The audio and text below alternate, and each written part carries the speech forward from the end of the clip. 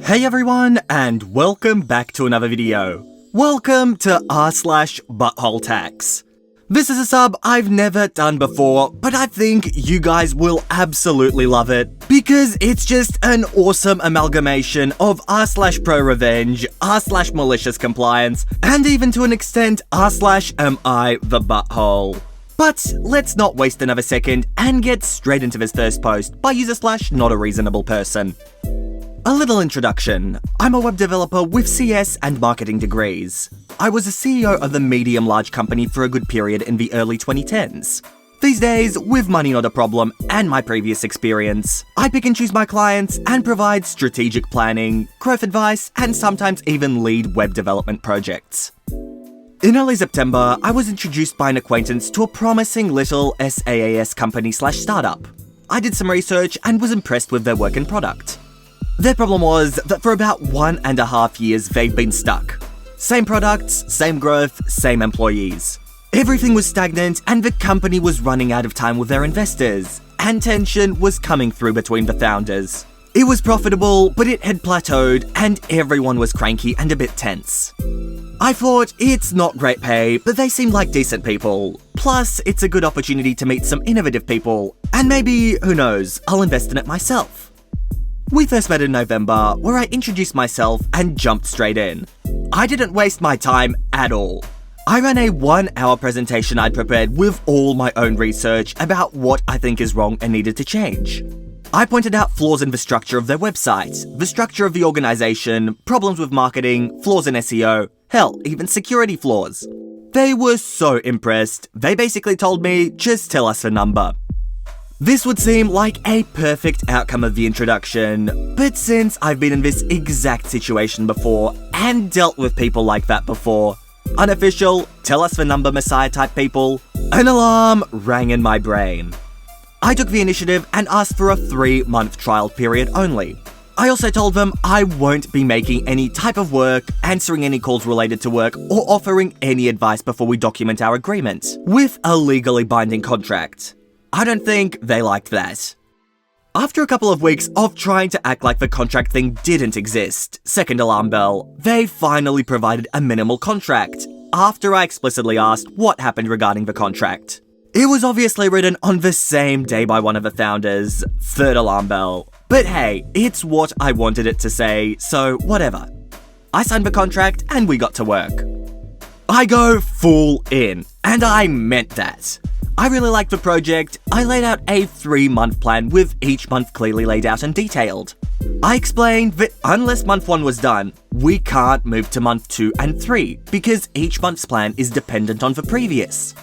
For example, they didn't even have in their CRM a way to track the effectiveness of sales employees or marketing campaigns. Even their goddamn Google campaigns didn't have conversion tracking. So how the hell can we start a webinar marketing campaign if you can't know how much income it made you after the spend? You know, just can't skip month 1. You probably expect what happened now. I deliver the plan, tell them I'm available for questions and help, and go back home, about 600 miles away. I show up a month later. We agreed to meet physically once a month, and literally just the most basic stuff was done. They hadn't sent many emails, and I asked 3 or 4 times during this month about how work was progressing, and I was assured it was going swimmingly fast. When I see that, having wasted an entire day of driving, I go ballistic. I tell them in no uncertain terms that they need to get their ish together. If they want everyone here to still have a job in 4 or 5 months when the investors finally get bored with their incompetence and go home.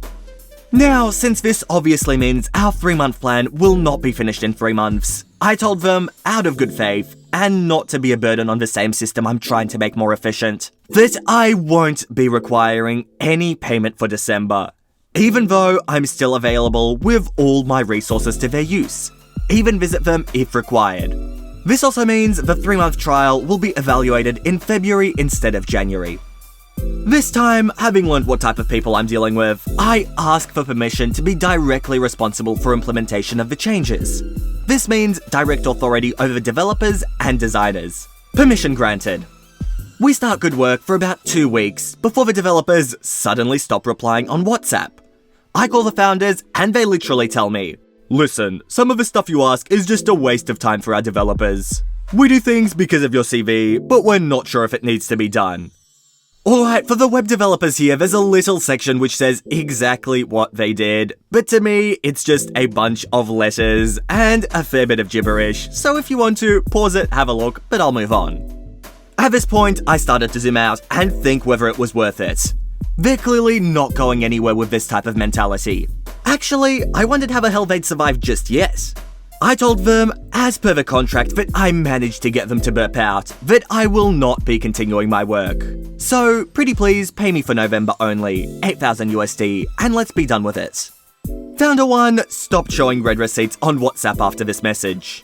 Founder 2 was called several times, and finally responded on January 22nd, telling me that their accountant did not pay quarterly taxes, so their account is frozen, and payment can only be made after.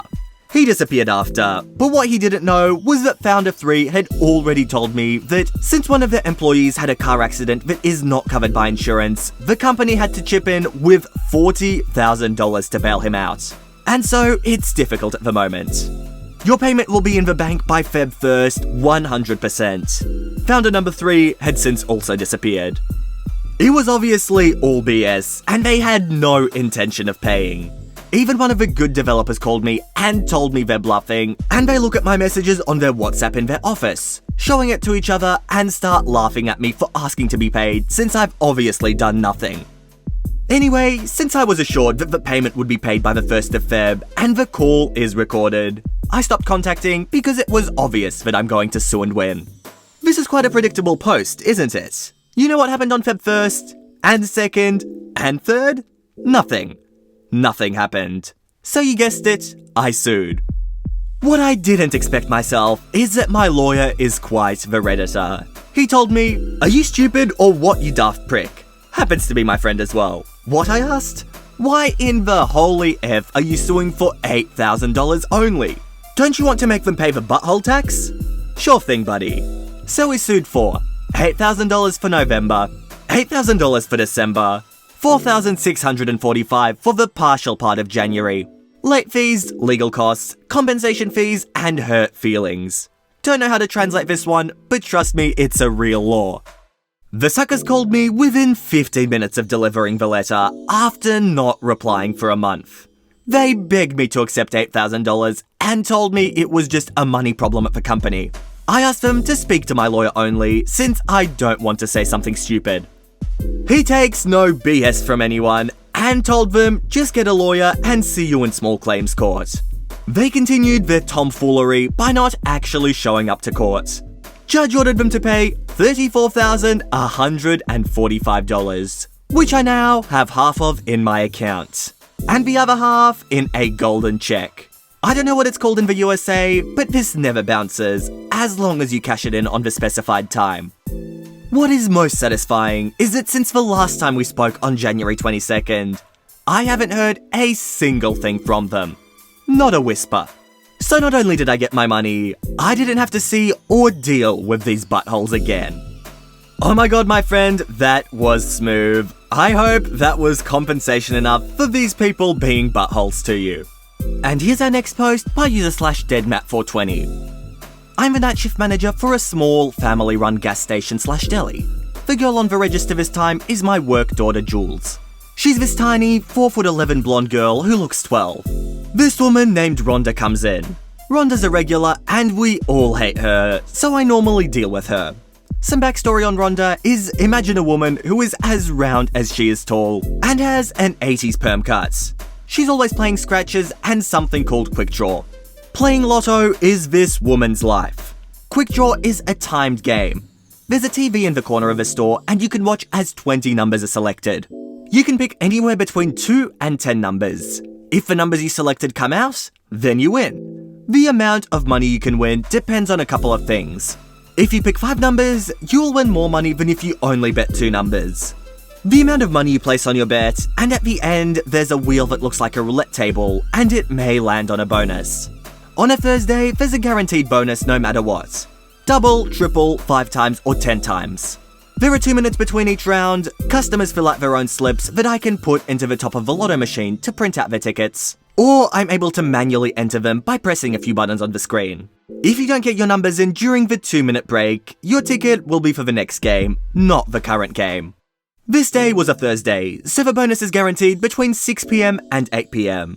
Rhonda never misses this event.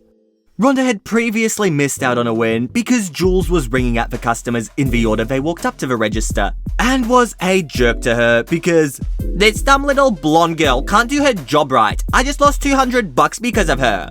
Jules is a sweetheart and didn't need that kind of negativity in her life, so I took over the register at this point. We all hate Rhonda, and we also hate lotto people. Rhonda decided she's going to start max betting. I guess she's feeling lucky, so she's filling out slips at a table. She springs from the table and runs up to the counter and hands me the slip and runs to the bathroom and says nothing on the way. All I heard was drop them, the slips, so I did. When she exits the bathroom, I have her printed out tickets and inform her she now needs to pay me $500. Rhonda is arguing with me, saying she said don't drop them and that she's refusing to pay for the tickets now. This is my fault. I was a little stoned and should have gotten her money first. She'd previously done the same thing, costing the store $200, and I should have known better, especially with Rhonda's reputation as a difficult Karen kind of person. Like a trailer park version of a Karen. The store's about to eat a $500 loss because I'm an idiot. This is going on as I'm watching the TV in the corner, seeing what numbers pop up with Rhonda yelling at me for being incompetent. This is why you work at a gas station, you idiot! You can't even listen to your customers! I look up and start laughing because the numbers came out on a 10 times draw. I now have a $10,000 ticket in my hand, and Rhonda was paying enough attention to realize why I was laughing. She comes up to apologize and ask if she can now pay for the tickets. Nope, that's not how this works. You can't pay me $500 for a winning $10,000 game. You should have paid for them when I asked you to. Side note, she played more than one game, so the next round is also on this ticket. As we're arguing, the next round hits for $2,000. Now I've got a middle-aged woman losing it in my store because she's now not going to win $12,000. She just keeps screaming at me, so I called the owner of the store because I'm getting nowhere. I tell him everything, he's laughing on the other end, and tells me to put the winning ticket in his office. He then tells me to put her on the phone, and I do. I watch her face go from pure joy, thinking the owner is going to take her side, to rage as she realized she's getting kicked out of a store for causing a scene. Her next move was a fake trip and to pretend like she broke her hip. I called for an ambulance, she's now out of my store. The fallout was my owner giving me a $1,000 bonus out of the winnings. She tried to sue us and get us to pay for the cost of an ambulance and lost. She played herself and lost a lot of money because she was being a bee. Moral of the story, don't be jerks or you could lose a fair bit of money. And here's our next post by user/AbeThrowmanKingSauce. I've always wanted to own my own place so I could charge buttholes. But that may be why I don't own my own place. But this story involves the owner. I worked at a celebrity chef, nearly fine dining restaurant on the Las Vegas Strip. We make gourmet food that doesn't always sit well with the proletariat. One night, we were graced by the presence of the famous celebrity chef himself. He mostly did meet and greets, and all the scary chefs went wobbly in the knees when he asked to see what they were cooking.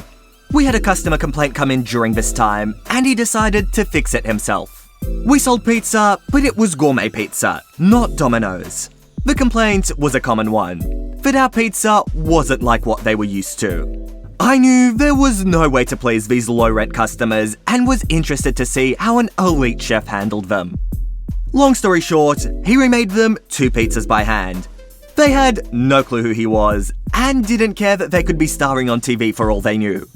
The guy simply complained the pizza wasn't any good. He wanted a Chicago thin crust pizza like the national chain makes.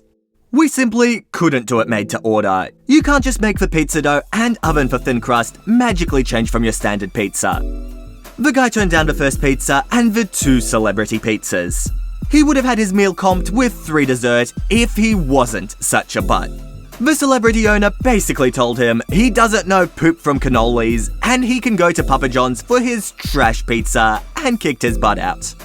And then he turned to all of us watching employees and said, "I own the place. I can do that. Don't you ever do that." And yes, seeing as he's the owner, he can pretty much do anything as long as it's within the law. And guys, I think this story will be the last one for today. I hope you enjoyed this video, and if you did, make sure to hit that like button so I know to visit this subreddit more often.